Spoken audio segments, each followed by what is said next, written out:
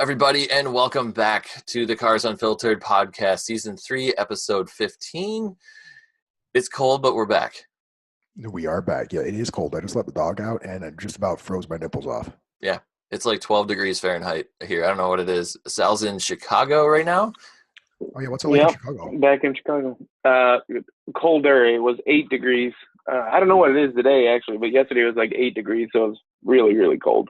How's that wind chill? You're staying downtown, aren't you?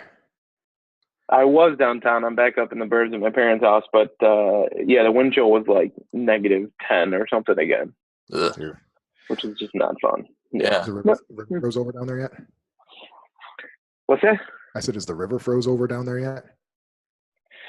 I think so. I don't know. I was walking pretty fast by the river, so I didn't check. But there was some ice in it. Yeah, exactly. But and then I'm driving back to Michigan tomorrow, right in time for there's apparently a snowstorm moving through, so that'll be fun. Mm-hmm. There is too. Hopefully, you can get ahead of it. Yeah. So I'm gonna try. I was gonna say, what do we have on the topic today, Tom?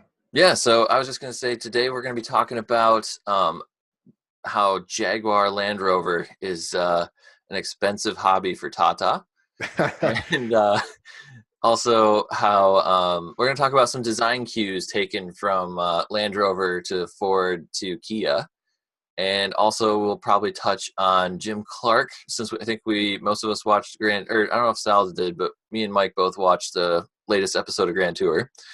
And there's a big segment of it, really great segment by Richard Hammond about Jim Clark. I just have to say those old F2 cars are beautiful.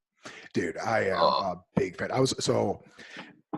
Just a little side note, but I'm working on I'm working on this V12 Roadster, right? That I'm trying to put together plans in my head and whatnot. And I'm very keen on using like 1950s, 1960s, early 1960s, I think, style F1, F2 suspension with a little modification. Instead of the shocks being directly attached to the outboard end of the A-arms, I'm going to attach them inboard with some belt cranks, kind of like the new F1 cars.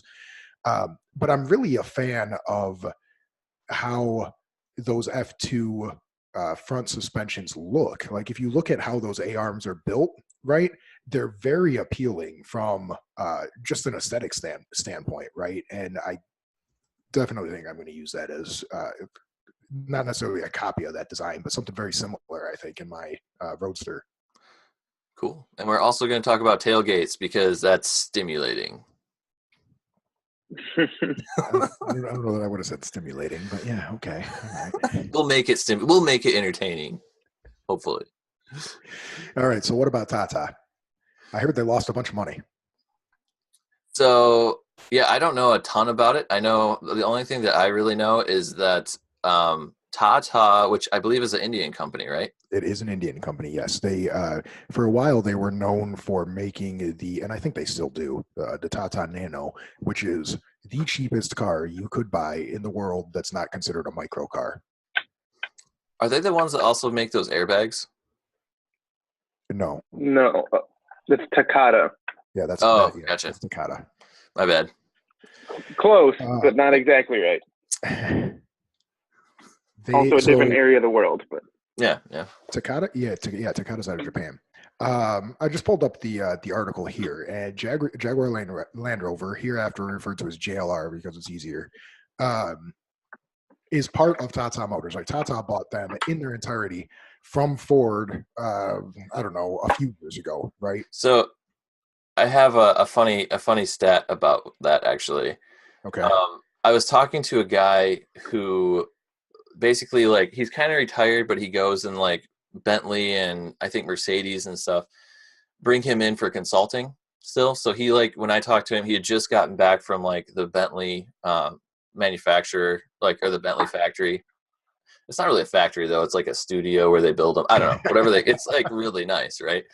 And he was saying, he's like, yeah, when Tata bought Land Rover, because, you know, the royal family all has Land Rovers, right? Range Rovers and Jaguars and stuff.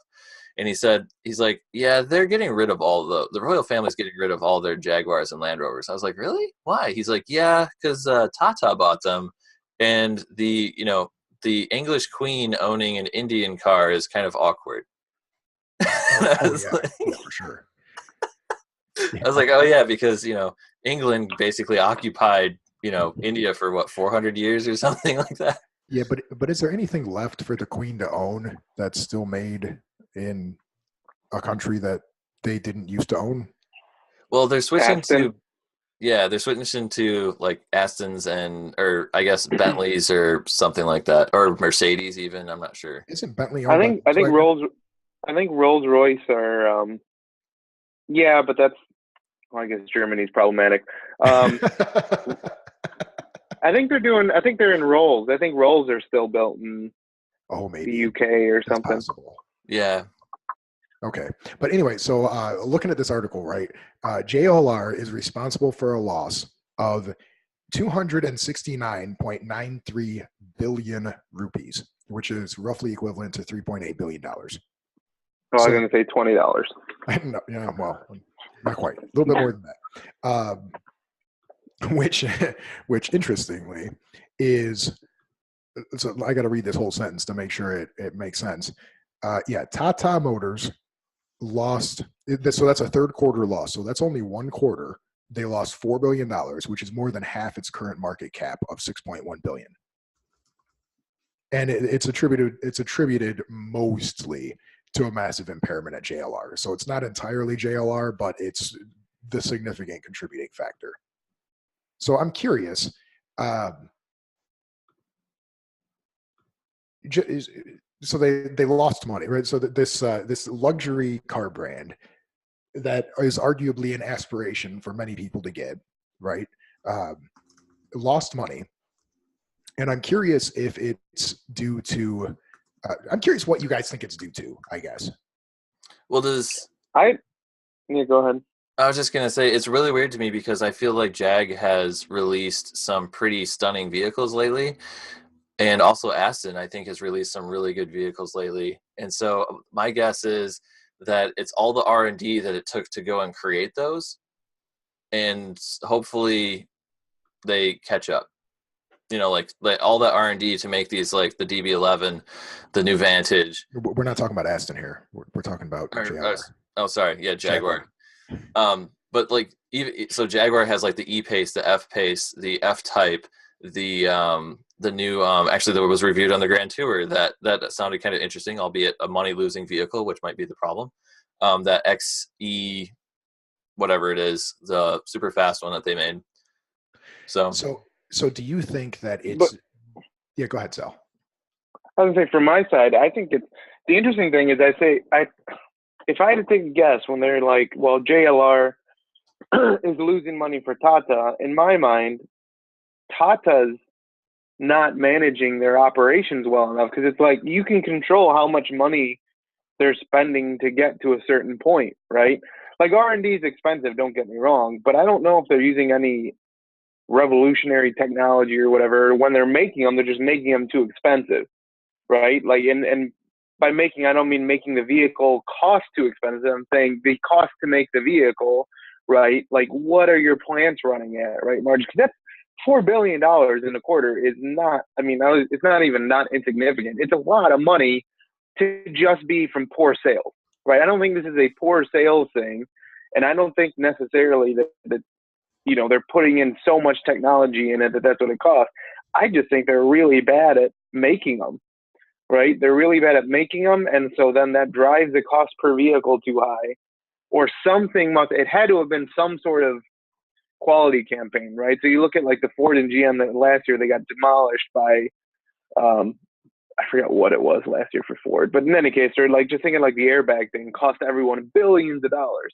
So in my mind, there has to either have been mismanagement on operation of that brand, or there had to have been some event that caused a huge recall or reworking or something. Yeah, I tend to agree with you. Because so $4 billion, that's not an insignificant loss, especially for a quarter, right? Like we're not talking for the year, we're talking third quarter. They lost that much money. Yeah, it's not like a sales, like you don't even make that much in sales in a year, right? So in my mind, it's not a sales thing. It's some sort of operation production loss. Which it's interesting because obviously up till this point, Tata had done very well in their home market, right? Selling smaller cars, similar like the Nano, right, for consumers who needed a vehicle to get around, right?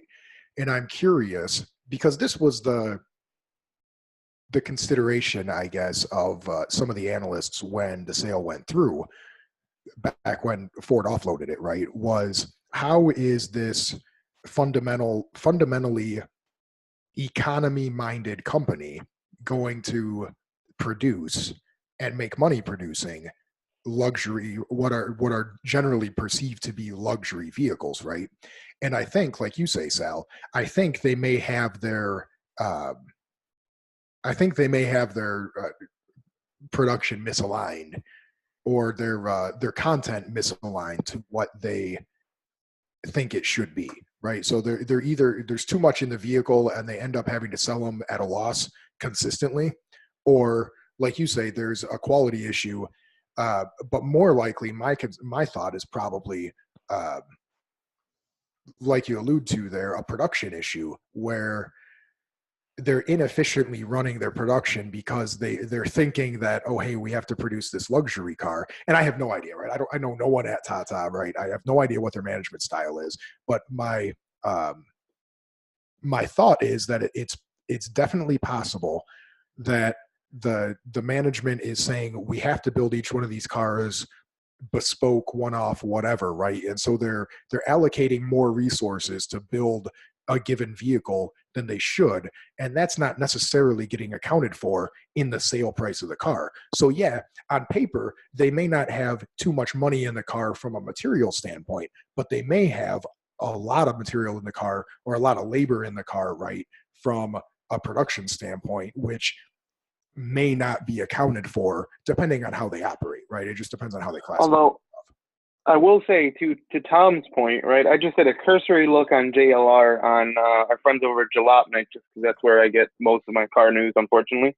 And a lot of the articles do seem to be like Jaguar investing in electric vehicle development, Jaguar investing in autonomous vehicle development, Jaguar investing in hybrids for they do seem to be spending a lot of money in trying to investigate like new technologies or whatever, when they really should just be fixing their air suspension. But yeah, I mean, it sounds like it's a combination of things. But yeah, I mean, I guess I don't know. Yeah, I think it's mismanagement in my mind. Of you don't lose that much because it's not selling, right? You lose that much because you're spending way too much developing new things or buying new operations or whatever, and not being mindful of it. Well, and some of that could come along with increased costs in Europe that they didn't necessarily bank on, being a fundamentally Indian company, right? Because Brexit. Well, not necessarily Brexit, but that's definitely something to consider, right? But it's just like that's something that's a kind of an easy miss when you put together some of these business cases for doing, producing something in a given place or whatever.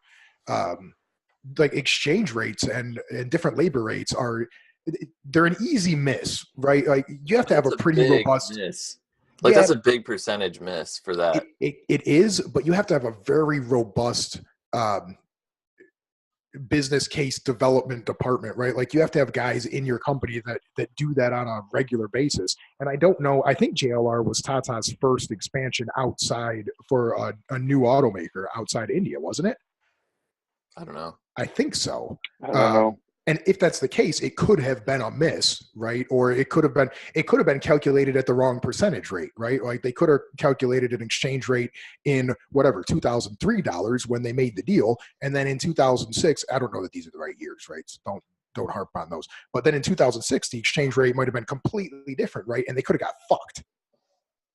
Maybe. Yeah. I think this is kind of telling, though. The CFO, this is a comment of the CFO on the earnings call, but he's basically said after announcing that miss, he says, we are now taking clear and decisive actions in JLR to step up its competitiveness, reduce costs, and improve cash flows, and make the business fit for the future. Like that to me shows. That doesn't mean anything though. That's just fucking corporate speak to say, hey, we fucked up and we got a plan to fix it, even though they don't have a plan to fix it. Well, I think to where Tom's personally is that, yeah, it looks like it's an internal management thing. It's not like just sales or something. Although sales slumped, like I think he's admitting there's operational inefficiencies. Yeah, right. Yeah, I would agree with that. That statement definitely says operational inefficiencies.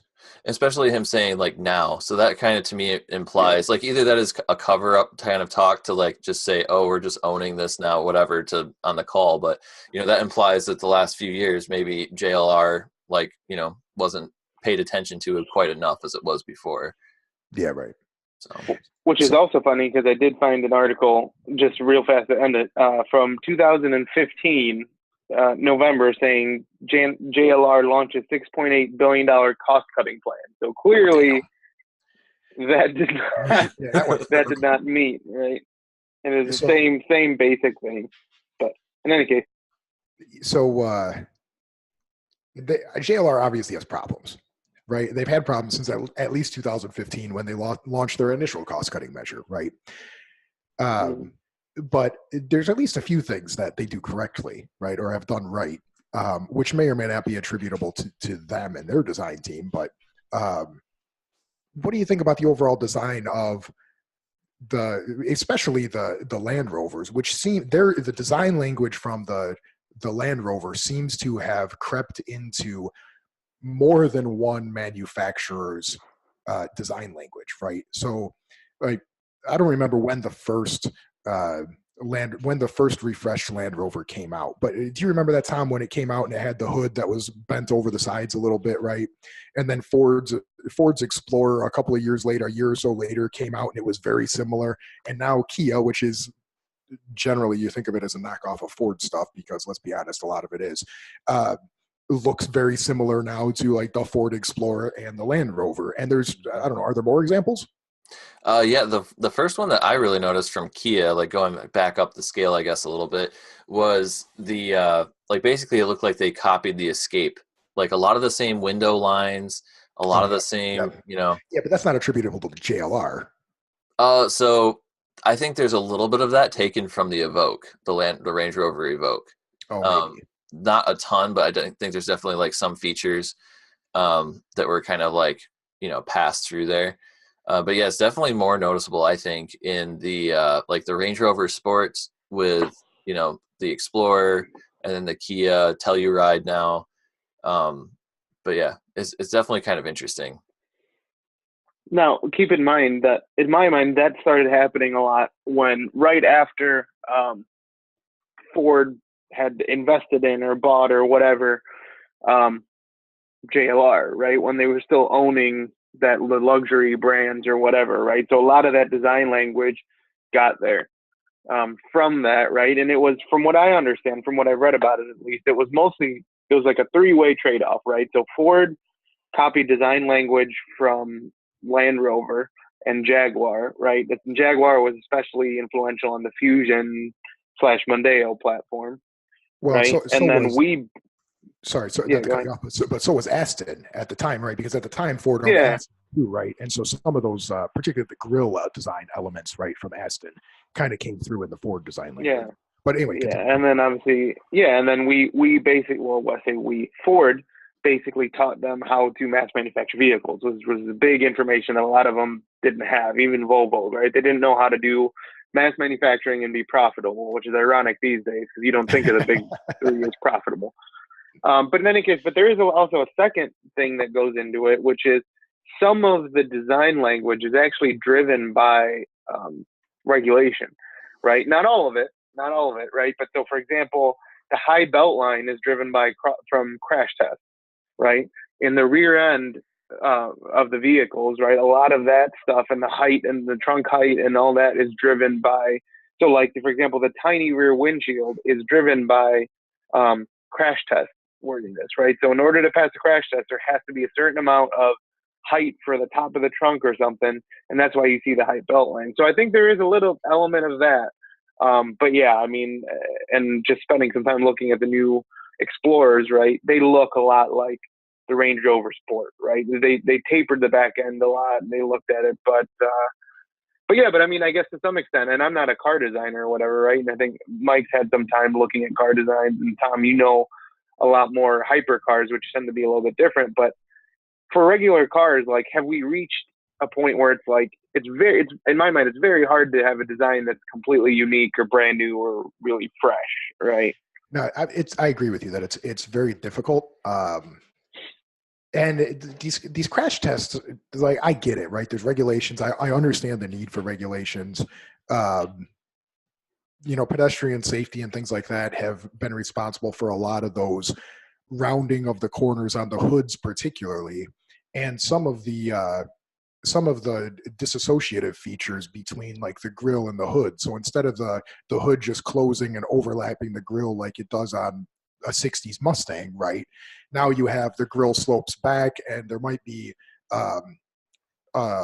like a separate piece between really the grill and where the hood starts. And I noticed this the other day when I was driving down the road, and it was like a 2016 Malibu, right? Was driving next to me or behind me or something, and I saw it in the mirror. And the hood on that particular car just does not look like it should be there, right? You have it kind of looks like an afterthought, because if you were to remove the hood, there'd just be this hole right between the windshield and this other colored piece of metal that isn't the grill, that's really like should be part of the hood in what you think is the hood in your head. You know what I'm saying? And there's a parting line there, and it's like, what the fuck is that for? And it's obviously for pedestrian safety, right? But yeah, I think the Camaros have that too, right? Yeah, I think so. Yeah, it's like because you're talking about it's like there's a lip running all the way around, right? Yeah, is that what you're talking about? Yeah. Yeah.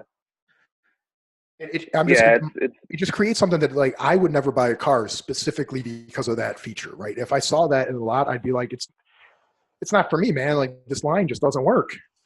The Corvette even has something kind of similar. Like, that whole front plate is like it's bigger on the Corvette, actually. Like, it goes up. But the Corvette, you kind of give a pass, right? Because the Corvette used to have that rear opening hood, right? So you're kind of used to that on a Corvette. You're not used to it on a lot of other cars. Yeah. And actually the Camaro, it's huge. I never noticed that before. That is bizarre. Like, that is weird looking. I mean, I knew it existed before, but I never really looked at it. And then, like I said, yesterday I was driving around and I was like, holy fuck, I would never buy that car. Yeah, that is super weird. But at the same time, right, moving into the electric future, how many times are you going to have to go in under your hood? Well, that's true. So at that point, it will be an afterthought. And how many times are you going to hit pedestrians because they can't hear you coming? So, ooh, and it's true. That is true. Oh yeah, the Camaros is exactly the same. That's a better show of it, but they hide it a little better in the Camaro because it's a little more angular. You know, that whole front's a little more angular in general, whereas the Malibu is a bit more rounded, and that's what is the point of this? Like, is that like? What's the point? So the Ford Fusion has that too. Okay, kind of. It's like, it's for pedestrian safety, right? So the idea is that there needs to be one, you have to hit the pedestrian like below the knee or something like that with a bumper, or maybe it's above the knee. I don't remember where, but there's a specific height that the bumper has to be at, right?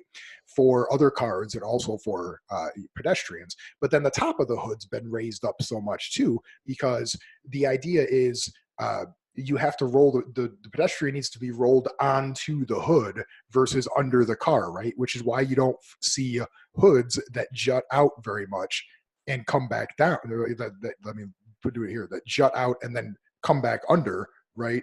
Rather, you see hoods that slope down, because if you hit a pedestrian, they need to be flipped onto the hood versus flipped under the car. Yeah, I'd probably also say that if you talk to some of the engineers, there's probably an aerodynamic benefit, right? So then you don't get hood lift. Probably. But yeah, I mean, most of the stuff, if you had to throw a stone at something, right, it would be pedestrian safety. Almost a lot of the stuff, including like the high belt lines that Mike doesn't like either, right? That the window of your Mustang now goes up to like your ear, right? That has to do with crash tests, right? It's all sort of crash stuff. But but yeah, back to the design language. I mean, that drives so much of it. But yeah, I mean, in my mind, I think it's a bit of a case of there's only so many designs you can come up with, right? And there's some design features that work better than others or whatever. But because I mean, if you think about it, right, if you take back to the Genesis, not saying they look the same, but it's like, okay, when the Mustang came out, and correct me if I'm wrong, because you guys know your history better than I do, right? The Camaro wasn't out, right? Correct? The Camaro had not been made yet. The Camaro was after the Mustang. Yeah. Right? So to some extent, they looked at it and they looked at like their car, right? They looked at their Impala or whatever, which I don't know if that was around, but whatever. They looked at their car and they said, hey, we need something sporty looking like that. And although it wasn't identical, at the time, someone was like, hey, that Camaro looks like a Mustang, right? Because it's just like that was the genesis of the pony car. Right, to some extent. Yeah, you're not incorrect, right? Because there was that. I mean, the Mustang was the first car to the first, and they call it pony car because it was the first car to really use that short trunk, long hood design, right? Whereas before that, it was always the three boxes, right? There was a long hood, there was the passenger compartment, and there was a trunk that was the same size as the hood, right? Or like a slant back design or whatever. So yeah. So there's always a genesis of it, but yeah, I mean the design cues I think to some extent are getting copied, which I will actually credit, for example, Tesla to. I think Teslas in general were pretty recognizable. Yeah, Teslas definitely have a pretty good design language that differentiates them from other vehicles. I'd agree with that. So I just went to Ford.com and they have like their little vehicle drop down thing.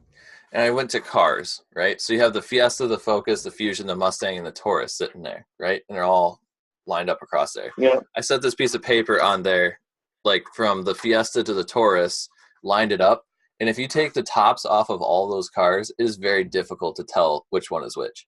Oh yeah, for sure. The only thing that's really different is the wheelbase. Yeah. But that's purposeful branding, right? They want everything to look the same. It's even the new Explorers have that hexagonal grille, right? Mm-hmm. And they actually do. We also make sure that the horns all sound the same pretty much when you open close it. They even want door sound when the door closes to sound the same throughout the Ford family. So yeah, I mean, the only one that breaks the mold really is the F-150, right? And then that has its own design language through the F series. Right, you basically have F series, and then you have your Ford. Because even the new Transits have that hexagonal grille, right? So it's basically hexagonal grille vehicles and F series. Yeah, you're not right. You're not wrong. And most manufacturers have something similar, right? Like Jags are similarly designed, right? Land Rovers are similarly designed, et cetera, et cetera. Yeah, I would look at Tom as an experiment. In that case, even the Camaro to some extent. Has for lack of a better term, the snow plow, right? It comes to a point on the front, and then it has the sloped front, and then it has some of them have the fender flares or whatever, but the GMs are the same, right? They have the kind of arrow-y front design language. Yeah. And Dodge, I don't know what they're doing anymore. For the most part, they just have high horsepower. Yeah, they do what they want. And I know I don't want. Yeah, I don't want to beat a dead horse, but actually I think that was what originally, when a lot of us saw the first new generation Mustang, that turned us off from it, because then that started to look like a Ford, right? Whereas for a long time, you couldn't get anything that resembled like a Ford logo on a Mustang, right? It was the Mustang. It was its own thing. It looked different. Now it looks like a sporty Taurus to some extent, right? And it's grown on me a lot. But I think that's what caught a lot of people off guard, especially the grille started to look very Fordy and less like it's Mustang, it's its own deal, right? Whatever. Yeah. Okay, so while we're talking about design, I want to talk about race cars a little bit. So this week on the Grand Tour, right, they brought up Jim Clark, who is arguably the best race car driver of all time. And after I think Richard Hammond did this segment, and after the little spiel or introduction anyways, they brought up some numbers, and the dude has more titles than fucking Michael Schumacher, right? Or more Grand Slams, I guess, than fucking Michael Schumacher, which should tell you something, since the dude died at 35 or 36, right? 32. Yeah, okay. So the dude was in the prime of his career and died, and he already had racked up more Grand Slam wins, which I forget what that means in racing, but it was. It means you led every lap, you finished first, and you set the lap record. And you qualified first too, I think. Maybe, yeah. But anyways, the dude had 8, and Michael Schumacher has like 5, and Ayrton Senna had 4. So that tells you something, because Ayrton Senna is generally considered to be one of the best race car drivers of all time as well, who also died young. But anyway, he died in a Lotus, right? And it was an F2 series. So you have certain specs that you have to meet, right? As far as power, weight, et cetera, wheelbases, whatever, right? Like race cars are highly defined what they have to be in order to enter into a series. And then, you change them by tuning or by weight distribution or whatever it is, right? Like you change little things here and there. And the comment was made that the Lotus, it was generally considered to be a fragile chassis, right? So as a car, many race drivers were kind of scared of it because they broke it fairly often. And when when you break at 160, 180 miles an hour, that's not a small thing, right? That's way different than breaking at freaking 40 miles an hour. And I don't have, this isn't a leading comment or question or anything. I'm just curious what your guys' thoughts are in why that would be, right? Like what's inherent in a chassis that would make people think that it's more fragile, right? Aside from build quality or whatever. But I don't think the Lotus was never a poorly designed vehicle, right? Like when they performed, they won. Like they fucking won a lot, right? They still win a lot. So why fragile? My guess, since and like Sal has an engineering background to go into this deeper probably, but my guess is like Lotus is always known for being light in their suspension stuff, right? And these cars have open wheel, open everything suspension. And I'm guessing that it might have to do with like Lotus trying to, change weight distribution within the guidelines or, things of that nature. And maybe that's why, why that was happening. That's my guess. Yeah, I mean, without knowing, I would agree. I was going to say, in my mind, they probably they lightweighted it so much that a lot of times you'll have redundancy in chassis design or whatever. You'll have like a flange that you'll design extra material into to get a stronger bend moment in it, right? To resist bending or whatever. So my guess is they just went as lightweight as possible. So they were flirting on the edge of their structure breaking, right? So for example, when you design anything, right? Let's say you're designing a structure, you'll say that I need it to last 1,500 cycles of a road load of 900 Newton meters, whatever, right? They probably designed it to 1,500 cycles, whereas another race team would say, if I'm going to experience 1,500, I'm going to design it for 2,000, right? So they're pushing their structural integrity to its minimal limit to get the most weight out of the vehicle, right? To say, okay, so there's a chance that they won't finish the race, and they know they won't because their structure or their suspension or whatever is built to barely finish races. Yeah, right? Sure. Especially with a race car where you tear it down every race. After every race, you would tear it down, replace components, et cetera, et cetera. Yeah. So I'd liken it to like, Mike, plane design, right? So let's say you designed a plane that you knew could fly once, right? There would be a company that says, I'm only going to make one flight. I'm only going to buy expensive enough materials to make this one flight, right? Or gasoline to get rid of this thing, right? When you go to work, do you fill your car with exactly the amount of miles per gallon that you think is going to get to work, or do you fill with a little bit more just in case you hit traffic? Yeah. Right.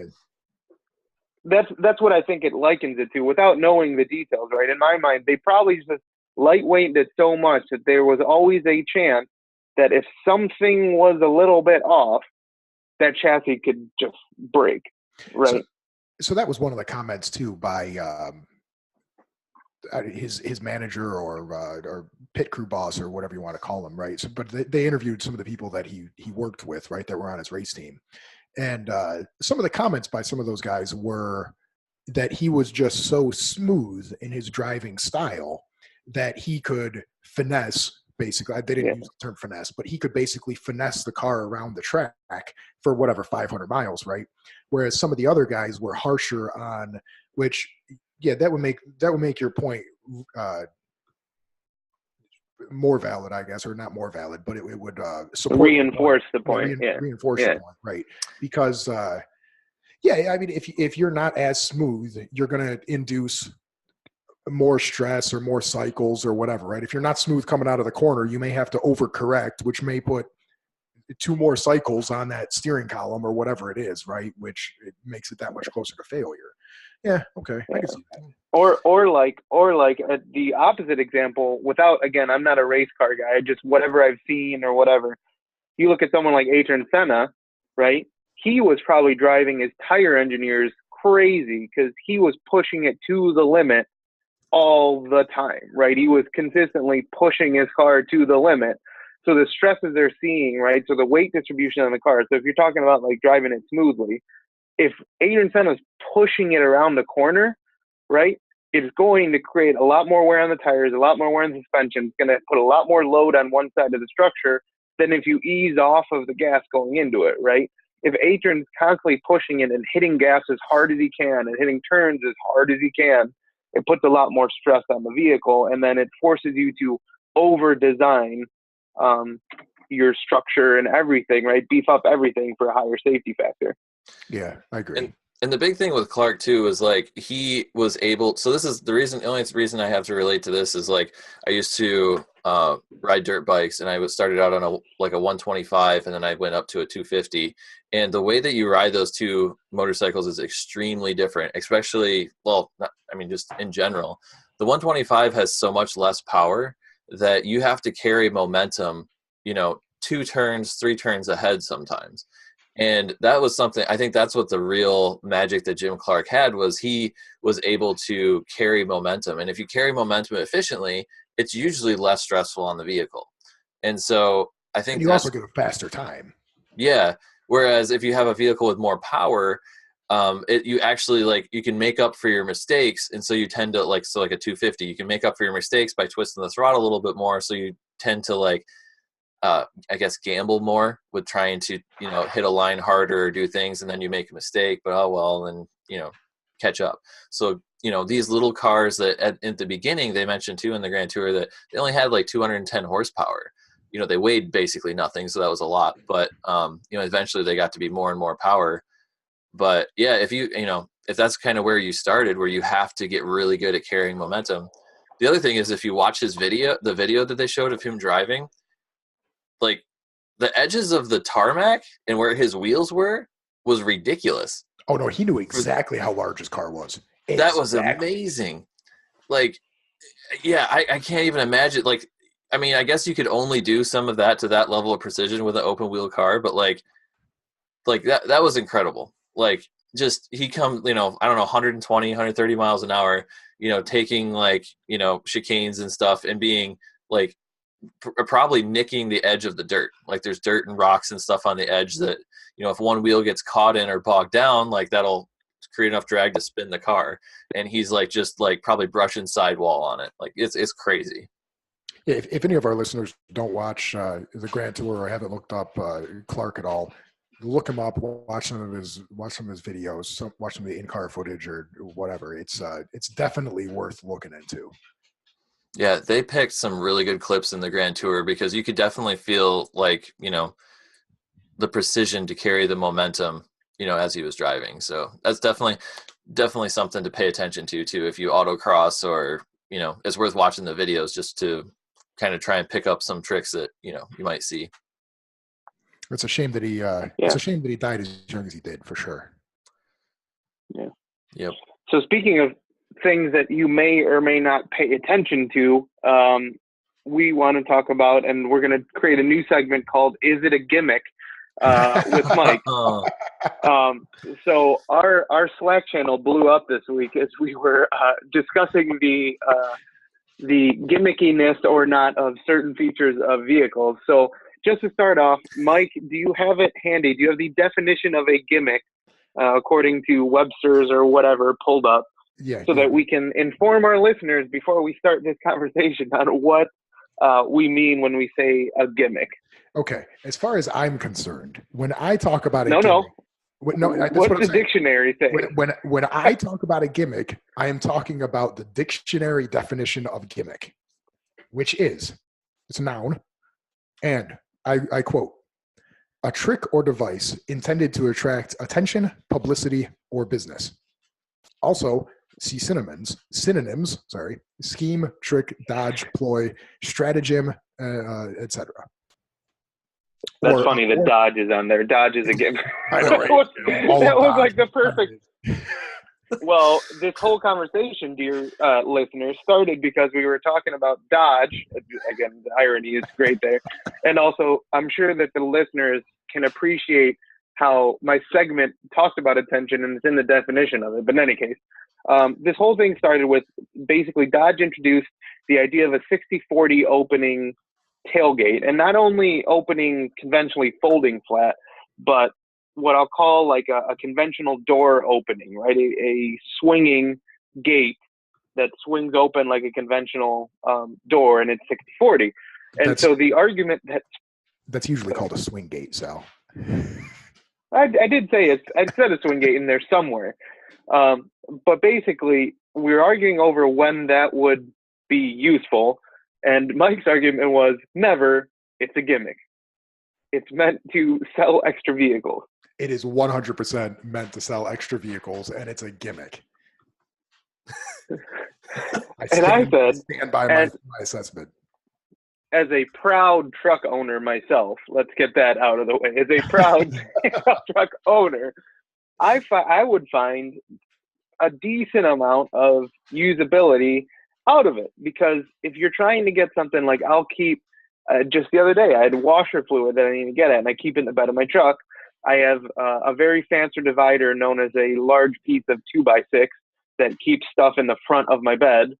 But I just wanted to get that. Now I have a tonneau cover because I'm, again, a fake truck owner, if you ask Mike, but I have a tonneau cover, so that prohibits me from just reaching over and getting in. So if I want to get to it, I have to open the tailgate, and 9 times out of 10, I am standing on what I'll say the corner on a diagonal to get something out of my bed, so I don't have to reach over the tailgate to grab something. So if I had a swinging gate, I would be right on top of it, and it would be just so much easier. Yeah, but if you didn't have a tonneau cover, then you wouldn't need a swing gate like that. So if I didn't have a tonneau cover, my windshield washer fluid would get snow and rained on, Mike. Arguably, most people that use their truck keep their windshield washer fluid in the garage somewhere, because otherwise that bottle's going to get punctured when they throw a 2x4 in. Also, the window washer fluid containers like in the truck are gigantic. So if you fill it up, you won't have to do it for 10 years. Yeah, it's a while. It's like a gallon. You could pour that whole gallon. It's not 10 years. It's definitely not 10 years. And actually, it just came up because I didn't have to fill it in mine. Yeah. It's actually because I have a very high standard of windshield cleanliness. Windshield hygiene. Yeah, I mean, yeah, exactly. So in my mind, and this was my argument when we were talking about it, there was an issue that someone had with getting into the vehicle that could have been improved by adding the swing gate. Ergo, it's not a gimmick, meaning it's not tricking anyone into buying things they don't need. It's solving an issue that's available there if you need it, right? It's okay, I found another example that we didn't talk about. Those side storage on the side of the bed that Dodge has, right? Is that a gimmick? You have a whole bed to store shit in, but you need that little side cubby hole or whatever the hell it is to store shit in. Is that a gimmick? Yes. So here's the thing with that. Here's the thing with those, and I'm going to defend your tonneau cover. The thing that is important that I know about from a construction standpoint, okay, and having worked in construction a little bit, construction, you end up going all over the place, right? So that doesn't mean it means that you're in all types of different communities. Okay, some communities, have more economical issues than others. Okay, and so when they see this like vehicle pulling up with like thousands of dollars of tools in the back of it, it kind of looks like Christmas. Now, the interesting thing is like, and Rivian I think has an interesting solution to this, albeit not as like usable. You need a place to be able to lock your stuff up. SUVs, it's nice, like, except for all the windows where people can see it and break it anyway. But with a truck, there wasn't always like the opportunity for that because a lot of construction guys got regular cabs anyway and everything, right? So those side boxes on the Dodge are kind of cool because they're a lockable area. Ford had it back in the the 70s with one of the camper F-250s and F-150s. And then Rivian has that weird tube through the back of the under the seat basically. So I mean, and then if you have a tonneau cover, you need to lock up everything.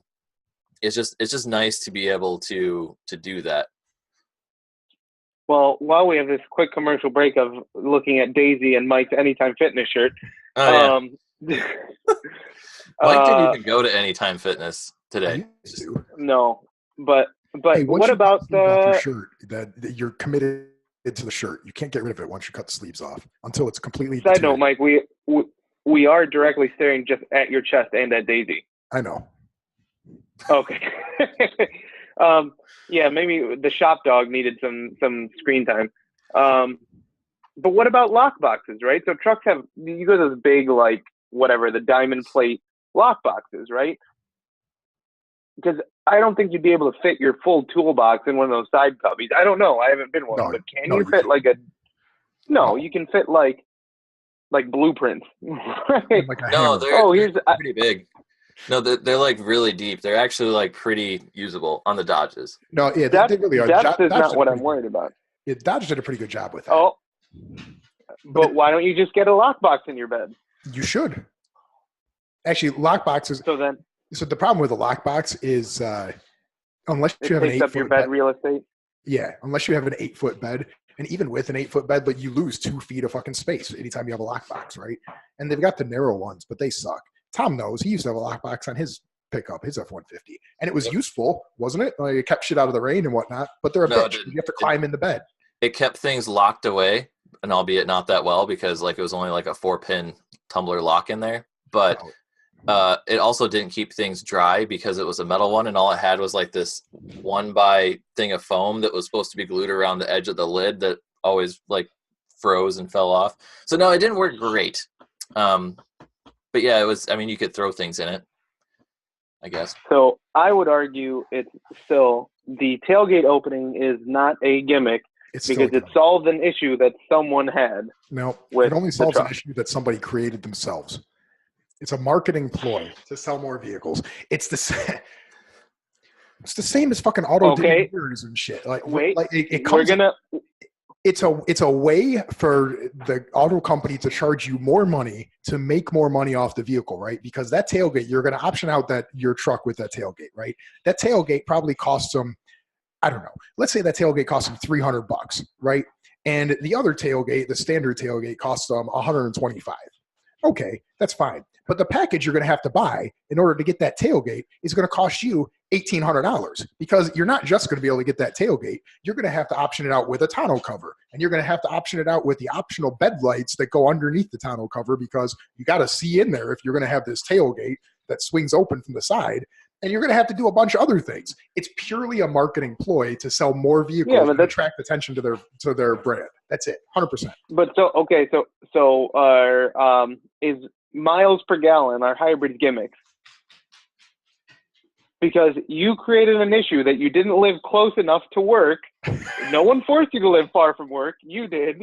And so now you have to waste more gas, so you need more range. And by the way, if you get the hybrid, you can only get it on the higher packages. You can't get it on the lower packages. So, or heated seats. Are they a gimmick? You created the issue by living in a cold environment where you need to warm up your car before you get in. Or you don't. Are heated seats a gimmick? Heated seats. I personally kind of draw the line at environmental controls because, let's be honest. You didn't have to live here. It's true. You didn't have to live here. You are correct. It's I feel like that those are all hints. I feel like maybe I shouldn't be so far away from work. Maybe I should put a warmer. Like Tom, you work at home. Basically. Well, I do. Yeah, I've solved some of these things, but not all of them. And we talked about in the Slack. We take this to the logical where if you keep drilling down, Tom, you will eventually get to I need to walk to work. I need to live in a place. Well, I don't even need to do that. And yeah, as far as you do from the bedroom to your office at least, unless you do all your work in bed, but which is a topic for a different podcast. But in any case, so don't worry about it, Mike. In about 40 years, we're all going to Detroit is going to have the same climate as Florida, right? That's what they've all said. So in 40 years, we won't need the heated seats. Only people living in like Alberta will need it for like 3 days. So I have to ask this, not to like beat a dead horse on this particular topic. I have 2 questions, but I'll ask the first one first. Our dead horse is a gimmick. No, I'm just kidding. Why 60-40? Like, why is the Dodge tailgate split? Like, why not 50-50? Like, why 50-50 runs into the handle. You can't make it 50-50. Oh, that's pretty good. And also 60-40 because they're one of their arguments is that it makes it easier to get into the bed if you have to get into the bed because you could step on the bumper, and the bumper has a cutout for the one for the hitch, but mostly for the license plate, right? And so you could access that step, whereas if it was 50-50, that'd be kind of awkward to hit. So at 60-40, it makes sense. Can I also point out too, like, I'm not exactly sure how long the 60 part is, but looking at like a picture of like how far it sticks out, if you have a trailer on, that has like one of those jack things that doesn't rotate down or like propane. They say it doesn't hit. They say it doesn't hit. That's their argument. Their argument is that it's usable with a trailer. I got some trailers to show them. Then I can. I know. Trust me. I know too.